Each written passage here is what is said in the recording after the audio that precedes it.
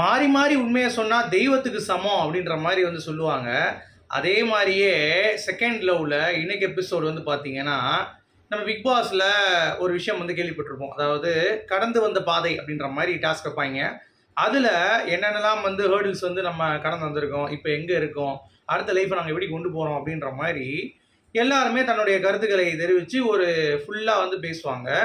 இன்றைக்கி எபிசோடு வந்து பார்த்தீங்கன்னா, எனக்கு தெரிஞ்சு இந்த கடந்து வந்த பாதை ரொம்ப எமோஷ்னல், இதை தாண்டி அதாவது அதில் எமோஷன் இருந்துச்சு, ஜென்ரல் ஆடியன்ஸ் வந்து கனெக்ட் ஆகும். ஆனால் எனக்கு தெரிஞ்சு யார் யார் கூட இருப்பாங்க, ஒருத்தவங்க வந்து நம்ம கூட இருக்காங்கன்னு சொல்லி நம்பிட்டு இருக்கும் பொழுது இன்னொருத்தன் வந்து கட் பண்ணிட்டு போகிறான். அதாவது செகண்ட் லவ் அப்படின்னு சொல்லி இந்த கான்செப்ட் வந்து பார்த்தீங்கன்னா third love, fourth love, fifth love அப்படின்ற மாதிரி போகும்போது தெரியுது. இன்றைக்கி நடந்த சம்பவங்கள்லாம் வந்து பார்த்தோம்னா அப்படி என்ன நடந்துச்சு அப்படிங்கிறத பற்றி பார்க்க போகிறோம். இன்றைக்கி எபிசோடில் என்ன ஹைலைட்ஸ் அப்படின்னு சொல்லி பார்த்தீங்கன்னா, வந்து தேஜஸ் இருக்காப்புல நம்ம ரெமோ, அவர் வந்து பார்த்தீங்கன்னா எல்லா பெண்கள் எடுத்தும் வந்து நூல் விட்டு பார்க்குறாப்புல. அதை பிடிச்சிடுறாங்க, பிடிச்சி ரிப்பீட் அடிக்கிறாங்க பாருங்க அவருக்கு. அவர் வந்துட்டு நான் இங்கே எதுக்கு வந்திருக்கேன் அப்படின்ற மாதிரி ஏன்னா ஒரு தாட் ப்ராசஸை உடச்சி விட்டாங்க பெண்கள் அப்படிங்கிறது பார்க்க முடிஞ்சிச்சு. ஸோ அதை பற்றி பேச போகிறோம். அடுத்து இன்றைக்கி எல்லாருமே அவங்களுடைய ஃபேமிலியில் என்னென்னலாம் இருந்துச்சு அப்படிங்கிறதை பயங்கரமாக குமுறுனாங்க. அதுலேயும் அசீம் சொன்னதாக இருக்கட்டும், மோனிஷா சொன்னதாக இருக்கட்டும், வெக்கே சொன்னதாக இருக்கட்டும், எல்லாருமே வந்து ரொம்ப கனெக்ட் ஆச்சு. எத்தனை பேருக்கு அது கனெக்ட் ஆச்சு அப்படிங்கிறத சொல்லுங்கள். ஸோ ஆக மொத்தம் இந்த ஷோ வந்து ஃபீல்ஸ் ரெஃப்ரெஷிங். இது வந்து பார்த்திங்கன்னா போக போக தான் இவன் மனசில் யார் இருக்கா, இவன் இதுக்கு இப்படி ரியாக்ட் பண்ண போகிறான், இவன் எதுக்கு இப்போ 2 பேர் ரூட் விட்றான், இவன் எதுக்கு வந்து பார்த்திங்கன்னா நம்ம கண்ணி ஒன்று நினைக்கிறான் அப்படின்ற மாதிரி நிறைய விஷயங்கள் இதில் வந்து இன்புட்டாக நமக்கு வந்து கிடைக்க போகுது அப்படிங்கிறது இந்த ஷோ மூலமாக நமக்கு வந்து தெளிவாக வந்து காட்டுது. ஓகே, அதான் இந்த ஷோவோடைய சுவாரஸ்யம். அதாவது பிக் பாஸ் ஆச்சு, டாஸ்க் பண்ணுவானுங்க, சண்டை போடுவானுங்க, அவனுங்க எப்படி கேம் ஆடுறானுங்க, எப்படி வந்து கொண்டு போக போகிறாங்க அப்படிங்கிறது மட்டும்தான் இருக்குமே தவிர, இங்கே வந்து நம்ம சேலஞ்சு அஸ் அ ரிவ்யூவராக இந்த ஷோ பண்ணுறது ரொம்ப டஃப்பாக தான் இருக்கும்.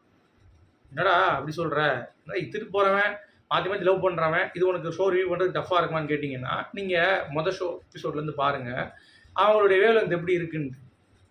ஃபுட்பால் ஒரு பிளேயர் விடியும் பாருல, அந்த மாதிரி ஆஸ்லேட் ஆகிட்டே இருக்குது.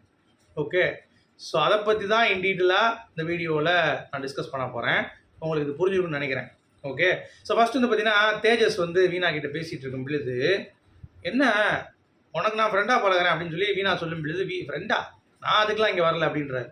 அப்போ என்னடா மாடு கலந்து தண்ணி குடிக்கிற மாதிரி வந்து பார்த்தீங்கன்னா எவன் கிடைச்சாலும் வந்து போய் கச்சக் பச்சக்குன்னு வந்து பண்ணுறதுக்காக வந்திருக்கா அப்படின்ற மாதிரி நமக்கே வந்து தோணுச்சு. ஏன்னா அப்படி தான் பேசிகிட்டு இருந்தாப்புல. நாங்களாம் ரெமோயா சும்மா ஃப்ரெண்டுக்காக வந்திருக்கோம், ஃபுல்லாக லவ் மூடில் இருக்கேன் அண்ணன் அப்படின்ற மாதிரி நம்ம தேஜாஸ் வந்து சொல்லும் பொழுது, நம்ம விவேக் காமெடி பார்த்துருப்பீங்கல்ல, ஆடி ஒரு டப்புன்னு வெடிக்கும்.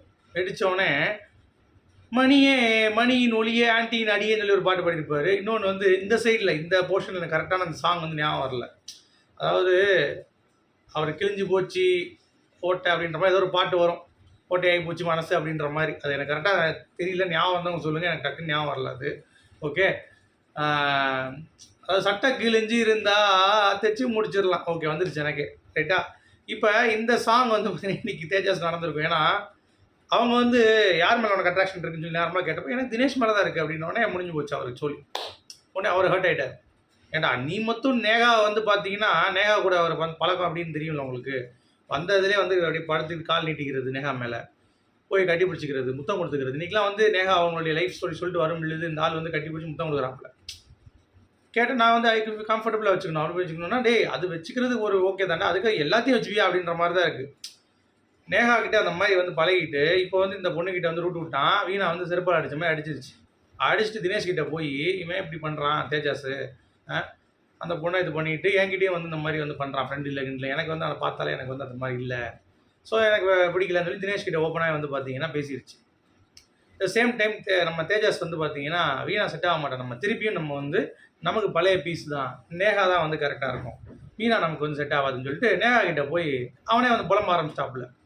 அதாவது ரெமோ வந்து பார்த்தீங்கன்னா அன்னியன் ஆகிட்டா எப்படி இருக்கும் அந்த மாதிரி ஆகிடுச்சு தேஜஸ் ஒரு நிலைமை.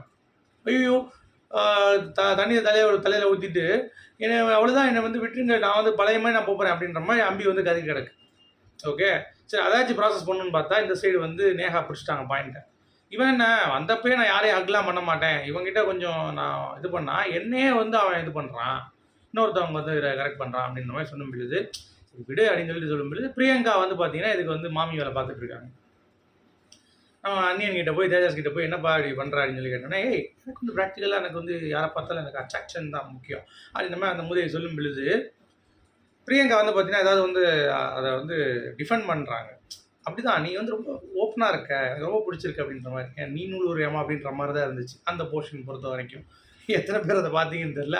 மொத்தம் இவங்க வந்து இந்த ஒரு படத்தில் காமெடி பார்த்துருப்பீங்கல்ல, இவன் அவனை வச்சுருக்கான், அவன் இவனை வச்சுருக்கான், இப்போ இவன் யாரை வச்சுருக்கான் அப்படின்ற மாதிரி இந்த ஷோவில் கடைசி தேஜஸ் வந்து யாரை லவ் பண்ணுறான் அப்படின்றத நம்ம டீகோட் பண்ணுறது தான் பெரிய ரிவ்யூவருடைய வேலையாக இருக்கும்னு நினைக்கிறேன். ஏன்னா அந்தளவுக்கு இந்த ஷோவுடைய ஆழம் வந்து இருக்குது அப்படிங்கிறத நீங்கள் எத்தனை பேர் உணர்றீங்க. கண்டிப்பாக அது வந்து பியூட்டிஃபுல்லாக இருந்தது தேஜஸ் எதுவும் பேசும்போது. அதுக்கடுத்து இந்த பொண்ணு அழுது தேஜஸ் இனிமேல் கொஞ்சம் ஜாக்கிரதையாக இருக்குன்னு சொன்னோடனே அப்புறம் தேஜஸ் வந்து நைட்டு காலில் விழுந்துடுறான். ஏம்மா எனக்கு யாரும் வேணாமா நீதாம்மா, உனக்கு ஹர்ட்டிங்காக தான் இருக்கும் அப்படின்னு சொன்னோன்னே, யோ நீயும் பவுண்டரியை செட் பண்ணிவிட்டு என்கிட்ட சொல்லிட்டு போயா, அதை விட்டு நீ பாட்டு மார்கழி மாதம் நாய் மாதிரி கண்ட இடத்துல போய் காய வச்சேன்னா நமக்கு வந்து காண்டாகும்ல அப்படின்ற மாதிரி அந்த பொண்ணு வந்து தெளிவாக மூஞ்சிலே அடித்த மாதிரி சொல்லிடுச்சு. உடனே ஓகே ஓகே அப்படின்ற மாதிரி அது வந்து பீட்டர் விட்டு கிடந்துச்சு. இன்றைக்கி இதுதான் மெயின் போர்ஷனாக நடந்துச்சு. அப்புறம் தினேஷ் வந்து பார்த்தீங்கன்னா நான் என்னுடைய ஆர்ம்ஸை காட்டுறேன்னு சொல்லி வீணா கிட்ட படுத்துக்கிட்டு ஏமா அந்த தம்பிள்ஸ் எடுமா அப்படின்ற மாதிரி சொல்கிறாப்புல. ஒரு தம்பிள்ஸ் இந்த பிள்ளை எடுத்துகிட்டு வருது, அதே தூக்க முடியல அவனால். சரி ஒரு பொண்ணு வந்துருச்சு, அதுவும் அழகான பொண்ணுங்கிறப்ப நம்ம ஏதாவது கெத்துக்காமன்னு சொல்லி இன்னொரு தம்பிள்ஸ் எடுமா அப்படின்னோடனே அதே வச்சுட்டு ஆண்டி அப்படின்ற மாதிரி பிடுங்கிடுச்சு அப்படின்ற மாதிரி அந்த அவன் வந்து பார்த்தீங்கன்னா கொஞ்சம் கஷ்டப்பட்டு மூணாவது போகும்போது எம்மா இல்லையா அப்படின்ற மாதிரி வந்து பார்த்தீங்கன்னா அவன் அங்கிட்டு வந்து ஒரு காமெடி பண்ணிட்டு இருந்தான் அப்படிங்கிறது பார்க்க முடிஞ்சிச்சு. சாக மொத்தம் ரொம்ப பயங்கரமாக இருக்குது இந்த ஷோ அப்படிங்கிறது தான். சரியா, அதுவும் தினேஷ் வந்து அவனை தேஜாஸை நம்பாத வீணா அப்படின்ற மாதிரி அவன் அங்கிட்டு வந்து ஒரு ஊற்றிட்டு கிடந்தான், ஒரு கோல் வந்து போட்டுட்டு இருந்தான் அப்படிங்கிறது பார்க்க முடிஞ்சிச்சு. சரி, இதெல்லாம் ரொம்ப இன்ட்ரெஸ்டிங்காக போயிட்டு இருக்கப்ப நம்ம கியூபிட் ஸ்ருத்திகா அர்ஜுன் உள்ளே வராங்க. வந்தவொடனே அவங்க வந்து பார்த்தீங்கன்னா எல்லாருக்கிட்டையும் வந்து ஒரு பாக்ஸ் மாதிரி பெட்டி எடுத்துகிட்டு பொட்டிக்குள்ளே போன பொண்ணு உள்ளே வந்துட்டேன் அப்படின்ற மாதிரி, வெளியே வந்துட்டேன் அப்படின்ற மாதிரி ஒரு சீட் இருக்குது. அதில் வெக்கையோடைய அவங்க அப்பாவுடைய கதை ரொம்ப எமோஷ்னலாக இருந்தது. அடுத்து அசீம் அவருடைய பையனை பிரிந்தது, அவர் உண்மையை நிறையா விஷயங்கள் வந்து ஓப்பனாக உடைச்சது, அதாவது பையனை வந்து எடுத்துகிட்டு போயிட்டாங்க அந்த ஒரு ஃபீல். அதே மோனிஷாலாம் வந்து பயங்கரமாக இருந்தது கதை. அவங்களோட ரியல் லைஃப் நடந்தது தான்.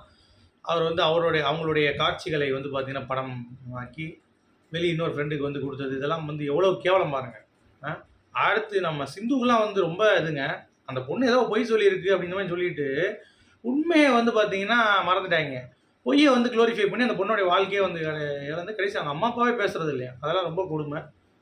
த சேம் டைம் இந்த அடிக்கிற விஷயம் மருந்து குடிச்சிடும் அப்படின்ற மாதிரி சொல்கிறேன். அந்த நேஹாவுடைய அவங்களுடைய ஸ்டோரியும் வந்து ரொம்ப பிரேக்கிங்காக இருந்தது அப்படிங்கிறது பார்க்க முடிஞ்சிச்சு. ஸோ இதெல்லாம் கேட்டு ஸ்ருத்திகா அர்ஜுன் அவர்களுடைய ஆறுதல் ரொம்ப அற்புதமாக இருந்தது. இப்போ சும்மா மொத்தமாக சொல்லிட்டு போகிறதுக்கும் பிக் பாஸ் கூட இந்த அளவுக்கு வந்து பார்த்தீங்கன்னா உங்களுடைய பேச்சு ரொம்ப எமோஜி அப்படின்ற மாதிரி பேசிகிட்டு இருப்பேன். இப்போ அதுக்கு பதிலாக வந்து பார்த்தீங்கன்னா ஸ்ருதிகா வந்து எமோஷ்னலாக அவைலபிளாக அவங்களுடைய மனசில் இருந்து பரவாயில்லப்பா இந்த பெண்கள்லாம் எவ்வளோ கஷ்டப்படுறாங்க, நம்ம கட்டி பிடிப்போம்ப்பா வாங்கப்பா அப்படின்ற மாதிரி நான் உங்களுக்கு இருக்கேன். ஒருத்தெல்லாம் வந்து பார்த்தீங்கன்னா ஒரு பொண்ணுக்காக ஆக்சிடென்ட்லாம் ஆகிட்டான் இந்த ராஜா அப்படின்ற பையன்.